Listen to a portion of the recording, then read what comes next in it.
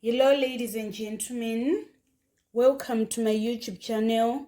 Today we want to wind off our series in Physics Paper 1 that was written in June 2024.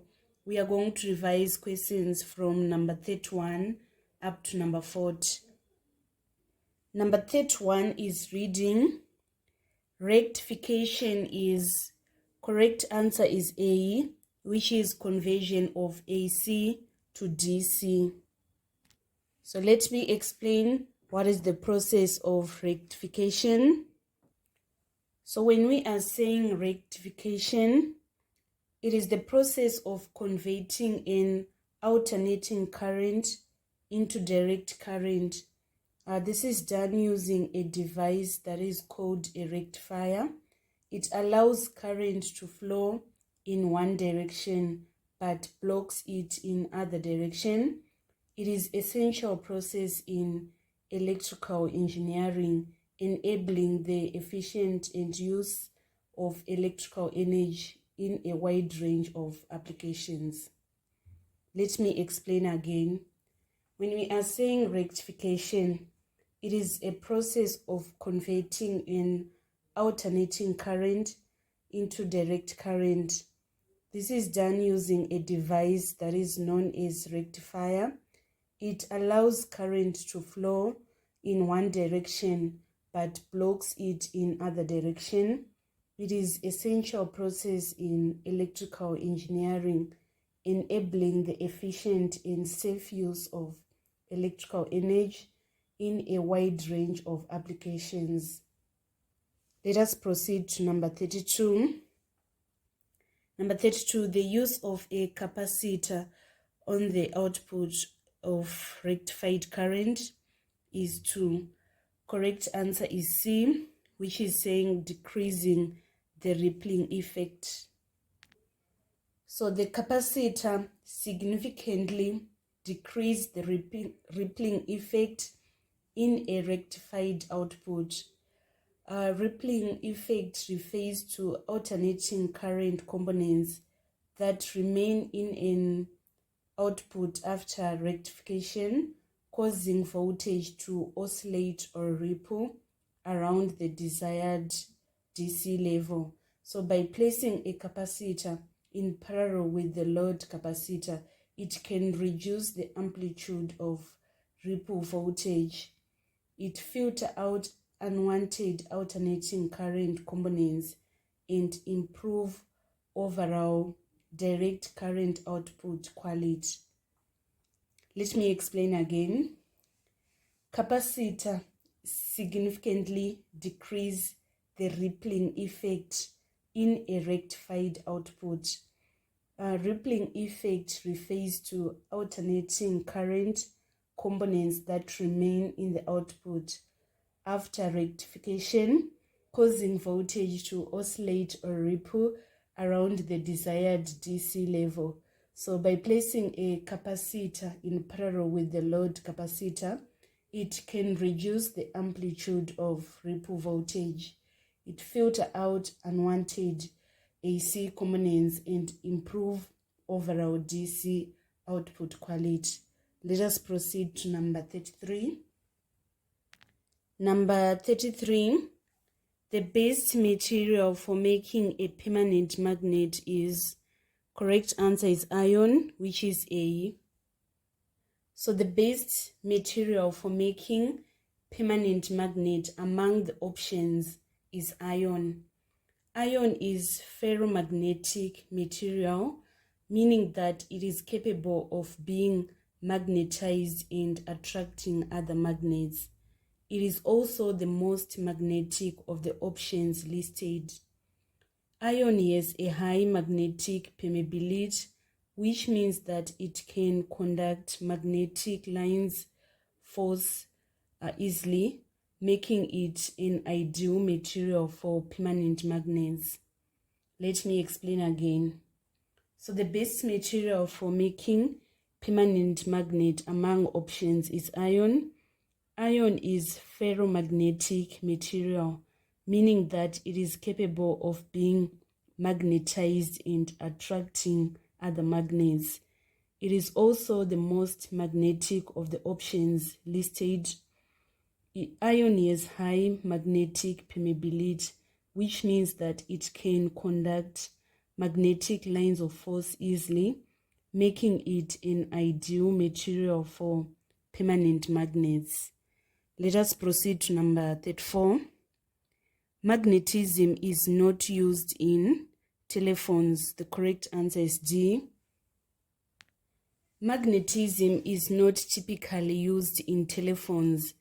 It is used in audio players, for example, magnetic headphones and speakers.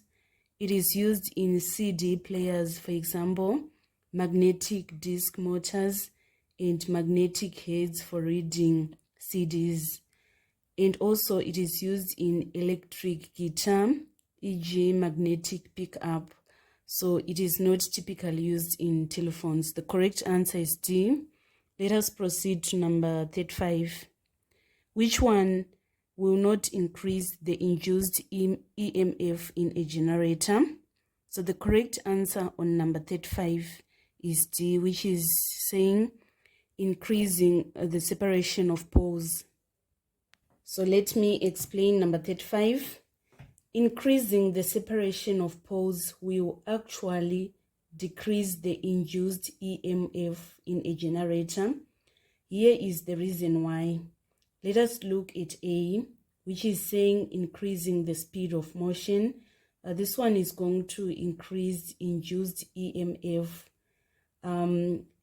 This is known as Faraday's law of induction. And then now let us look at B, which is saying increasing the number of turns in the coil. This one is going to increase induced EMF and also increase the strength of magnets. And then C, which is saying increasing the strength of magnets. It is going to increase induced EMF. However, if we increase the separation of poles, that is distance between north and south poles of magnet, it is going to reduce magnetic flux density and linkage, resulting in lower induced EMF. So in summary, increasing the separation of poles is going to decrease instead of increasing the induced EMF in a generator. Let us proceed to number 36. Number 36, the diagram shows the coils of insulated copper wire, one inside the other. So when switch ACE is closed, the pointer of the center zero galvanometer, correct answer is A, which is saying it deflects momentarily. So I'm going to explain number 36. When switch ACE is closed, the pointer of center zero galvanometer deflects momentarily. It experiences brief deflection, then returns to zero, indicating a brief current flow. Deflection is brief because the current flow is short-lived. Galvanometer return to zero, indicating that there is no permanent current flow. Let me explain again. When switch ACE is closed, the pointer of center zero galvanometer deflects momentarily. It experiences brief deflection, then returns to zero, indicating a brief current flow. Deflection is brief because current flow is short-lived. Galvanometer return to zero, indicating that there is no permanent current flow. Let us proceed to number 37. Number 37, the diagram shows an LDR in a circuit. The circuit can be used for, correct answer is lighting the bulb when it is dark. We are going to select A as our answer. So when we are saying LDR, it mean light dependent resistors. These are a vital component in an electric circuit, which is to be turned on and off automatically according to level of ambient light. They are used for street lights, clock radiation. Night lies outdoor, clock. So the correct answer is lighting the bulb when it is dark. Let us proceed to number 38. Number 38, the diagram shows a truth table for a logic gate. Which logic gate is represented by the truth table? We are going to select B as our answer, which is saying NA and D. Named logic gate is basic digital logical gate that produces an output that is the inverse of AND gate. The truth table is in NA and D gate with two inputs A and B and one output. So here we are going to have this 001, 011, 101 and 110. Here is what it is read on truth table. The first column show the possible value of input A, which is 0 or 1. This is our first column. And then the second column, it is going to show the possible values of input 0 or 1. And then the third column is the output. So for each combination of A and B, the value of input 0 or 1, the NA and D gate, it is going to produce one true if either A or B are 0. So it is going to produce this one true if A and B are 0. And then it is going to produce 0 or false only if both A and B are 1. So let me repeat to explain again. Here we are having an NA-ND logic gate. It is a basic digital logical gate that produces an output that is inverse of a ND gate. So the truth table for NA-ND gate, it is going to have two inputs, that is A and B, one output. So we are going to have the first column having the possible value of input A, we are having 0 and 1. Here for input B, we are also having 0 and 1. And then we have this output. So what happens for this NA and D gate? It is going to produce one true if we are having either A or B, or we are having both being 0.